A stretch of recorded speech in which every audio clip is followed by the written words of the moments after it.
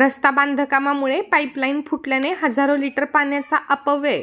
बुलढाणा मलकापूर रोडवरील कब्रस्तानजवळील घटना.